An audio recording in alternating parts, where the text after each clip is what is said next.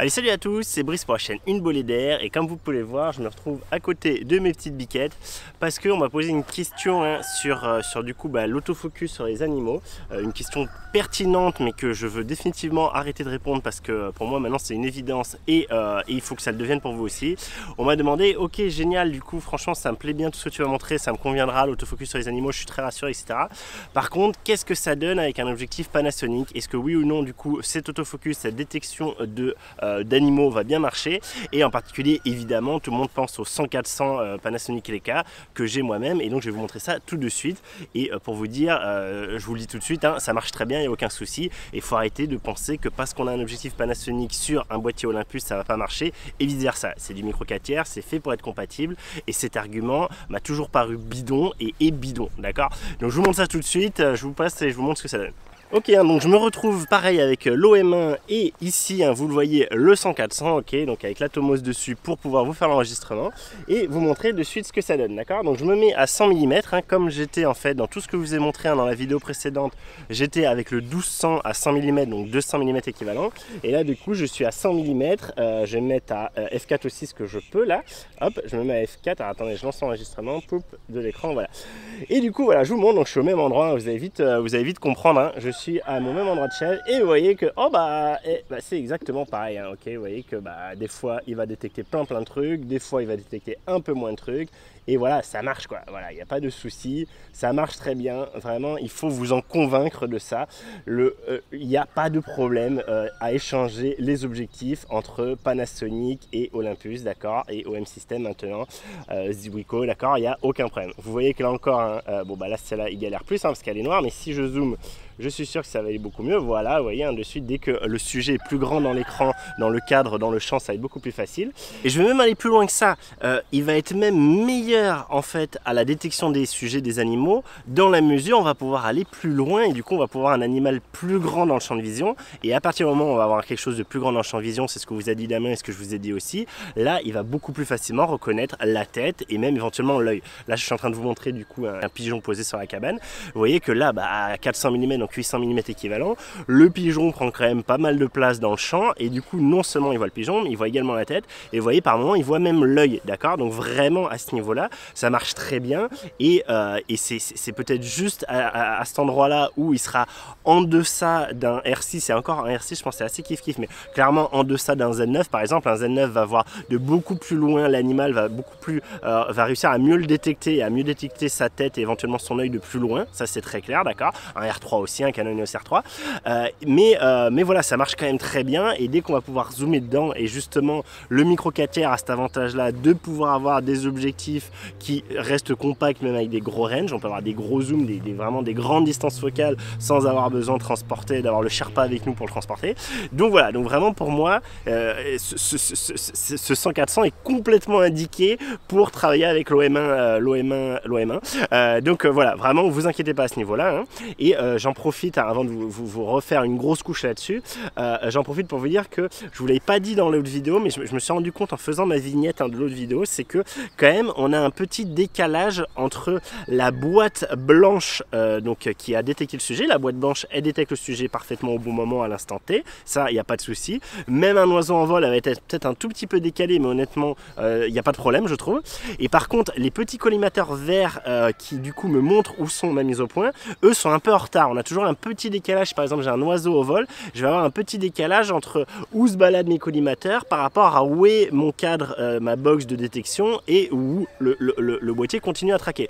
Mais ça c'est vraiment pas un problème parce que c'est comme le Z9 en fait, sur l'écran on a un peu l'impression, on se dit oula il est en retard, il doit pas avoir la mise au point, mais en pratique la mise au point est bien faite. C'est juste en fait l'affichage qui est un peu trop long, que c'est pas un affichage en instantané aussi propre, aussi clair que l'on peut avoir chez Canon. Mais voilà, soyez certains que même si votre collimateur est un peu en retard, votre collimateur vert est un peu en retard par rapport à votre boîte de détection et donc à votre sujet, la photo sera quand même bien, la mise au point sera quand même bien faite, c'est en fait la box de détection blanche du sujet. Donc voilà, pas d'inquiétude à ce niveau-là, c'est juste que l'affichage ou la façon dont il fait est un peu lent, mais c'est pareil sur le Z9. Si vous allez voir la vidéo de Damien sur le Z9, c'est pareil. Enfin, je sais pas si c'est exactement le même retard, mais voilà, en tout cas c'est la même logique. Voilà, donc vous voyez quand même, je compare ce boîtier final au Z9 et au R3, ce qui prouve bien que je suis quand même globalement très content de cet autofocus sur les animaux, même si, je le redis ici, clairement il y a des moments où ça va pas. Là par exemple il y avait une poule d'eau, je suis en train de vous montrer une jolie poule d'eau qui était pas très loin, il y avait trop d'herbe devant, il y avait trop de couches successives d'herbe devant moi qui faisait que en fait du coup c'était pratiquement impossible d'avoir la mise au point, et là ce que j'aurais dû faire c'est passer en MF et faire ma mise au point en MF pour y arriver. Donc ça je pense que ce truc là, clairement ce que je suis en train de vous montrer avec la poule d'eau, un Z9 se serait pas fait piéger, et un R3 probablement non plus, un A1 je suis pas sûr. Donc voilà, Damien, si tu regardes cette vidéo, dis-nous en commentaire. Vraiment voilà, il faut que vous vous convainquiez de ça. Il n'y a aucun souci à utiliser un objectif Panasonic sur un boîtier Olympus et vice versa. Moi, donc j'ai ce Panasonic LK 100-400 que j'avais avant en Panasonic, je vous rappelle, avant j'étais en Panasonic. Et si vous retournez voir ma vidéo où je vous montrais tous mes objectifs, micro 4 tiers, je pense qu'à l'époque j'avais encore le 12-35 f2.8 de chez Panasonic et le 3500 f2.8 de chez Panasonic, que ensuite j'ai remplacé, ou que peut-être déjà dans la vidéo je l'avais, par le 1200 f4 parce que je préfère moins en micro 4 tiers, avoir moins d'ouverture et une plage focale bien plus grande, plutôt que être à f2.8 et des objectifs où il faut switcher quand on veut aller de 35 à quand on veut passer les 35. Bref. Pour vous dire, j'avais ces objectifs-là avec le M5 Mark III, je n'avais aucun souci. Je m'en servais en vidéo, je m'en servais pour tout, il n'y avait aucun problème. Vraiment, il faut vous convaincre de ça. En pratique, à l'utilisation, il n'y a aucune différence au niveau autofocus entre un objectif Panasonic et un objectif Olympus sur un boîtier Olympus ou Panasonic. Voilà, vraiment convainquez-vous de ça, il faut arrêter de penser ça, ok? Et l'autre truc que je veux vous dire, et ça je vous l'avais dit, quand l'équivalent de cet objectif était sorti côté Olympus, vous savez, Olympus aussi a sorti un 100-400, et j'avais fait 2 vidéos sur le sujet. Une première vidéo parce que j'avais été très énervé justement pour changer par les ambassadeurs Olympus qui disait ça y est, enfin on a un 100-400 pour nos boîtiers Olympus. Non, non, il y a toujours eu un 100-400 pour nos boîtiers Olympus qui en plus du coup ouvre plus à fond de zoom. Lui il est à F, que je vous dise pas de bêtises parce que je le connais pas de tête, il est à f6.3 quand l'autre est à f7 ou même un peu plus, je sais plus. Ouais, je l'ai pas de tête, mais en tout cas l'autre est plus fermé à fond de zoom et même du coup à tous les niveaux de zoom après 100 mm. À 100 mm il va être à f4 aussi, mais après il va plus vite fermer, donc du coup il est moins bon à ce niveau là, au niveau de l'ouverture. En plus il va être beaucoup plus gros, beaucoup plus encombrant, et moi j'avais des mecs qui disaient dans les vidéos ouais mais du coup l'Olympus on profite de la bonne stabilisation. Donc ce que j'avais fait c'est que je vous avais expliqué que non, c'était de la connerie et que la stabilisation marchait très bien du Panasonic sur le boîtier Olympus. Vous avez fait une première vidéo pour vous montrer ça en pratique. Alors à l'époque j'avais pas la Tomo, c'était plus compliqué de vous montrer, et du coup c'était un peu voilà, c'était un peu plus techniquement difficile de vous montrer, mais je pense que vous avez quand même tous bien vu. Et par contre j'avais dit des choses qui étaient fausses au niveau de comment ça fonctionnait entre l'IBIS et l'OIS, parce que par contre oui, il y a des trucs un peu bizarres, la façon, la logique dans laquelle il fait ses choix entre la stabilisation du boîtier ou la stabilisation de l'objectif est un peu bizarre, mais la conclusion de ma seconde vidéo où je corrigeais tout ça, je vous montrais tout en détail, si ça vous intéresse allez voir ça, mais la conclusion de tout ça c'est que ça marche très bien et que la meilleure stabilisation pour moi avec ce type d'objectif c'est bien d'activer ici l'OIS, et je vous remontre, hein, d'accord, ici du coup je suis là tout de suite à 100 mm, regardez en bas à gauche et vous allez voir sur la vidéo, je déplie jusqu'à 400 mm, donc 800 mm équivalent, j'appuie pour faire une mise au point, et vous voyez que pour du 800 mm, vous voyez, dès que j'essaie de me stabiliser, c'est quand même pas dégueu quoi, hein.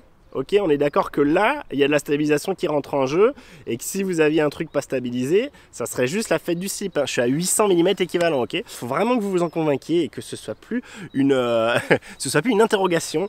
Oui, le Leica 100-400 et tous les objectifs Panasonic vont très bien marcher sur les boîtiers Olympus et vice versa.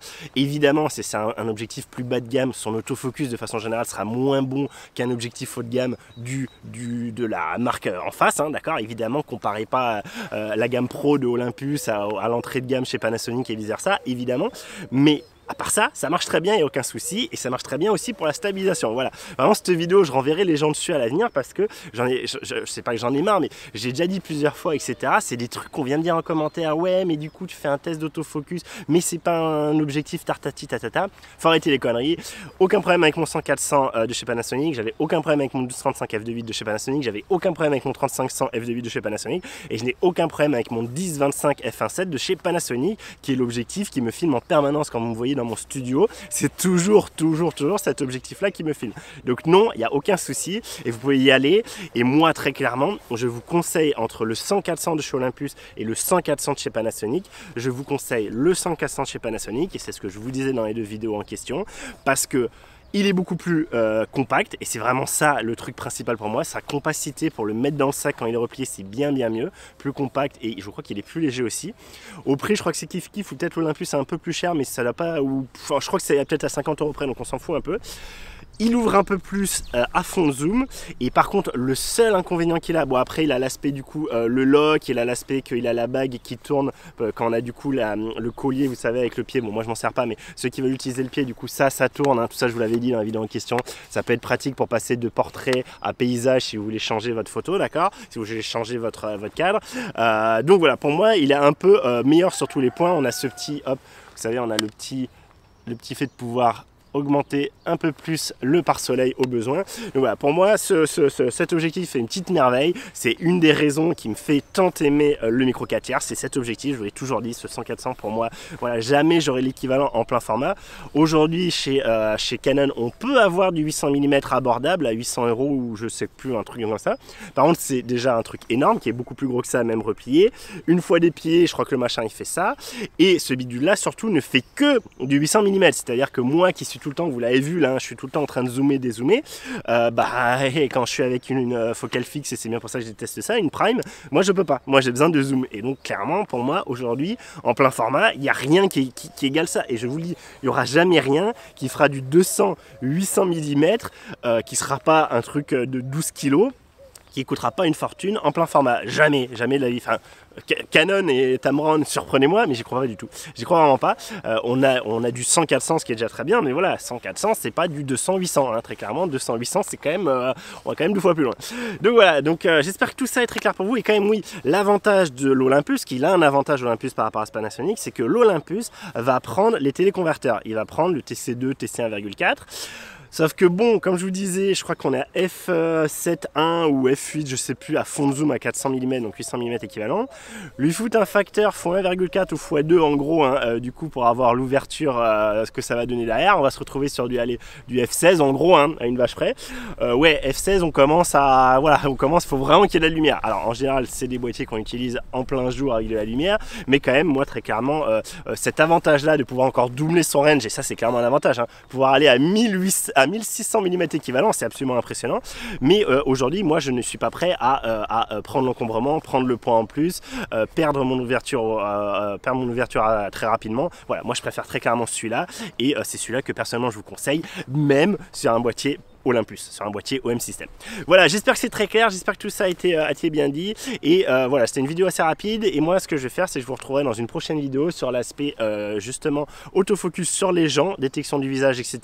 Et justement, je vais faire un petit test là avec cet objectif là pour vous l'intégrer dans la prochaine vidéo. Donc voilà, ça va sortir j'espère assez rapidement, hein. J'essaie de gérer ça, mais c'est compliqué, en plus il pleut pas mal chez moi, et voilà, comme toujours, je fais comme je peux en fonction de mon emploi du temps, tout ça. Voilà, si cette vidéo vous a plu, n'hésitez pas à la liker, la partager. N'hésitez pas à vous abonner pour toutes les prochaines vidéos, il va y en avoir un paquet, hein, sur l'OM1. Je vous remercie d'avoir regardé cette vidéo, à très vite pour la prochaine vidéo sur cette OM1, et d'ici là, portez-vous bien, faites des belles vidéos, des belles photos, amusez-vous bien, tout ça. Allez, salut!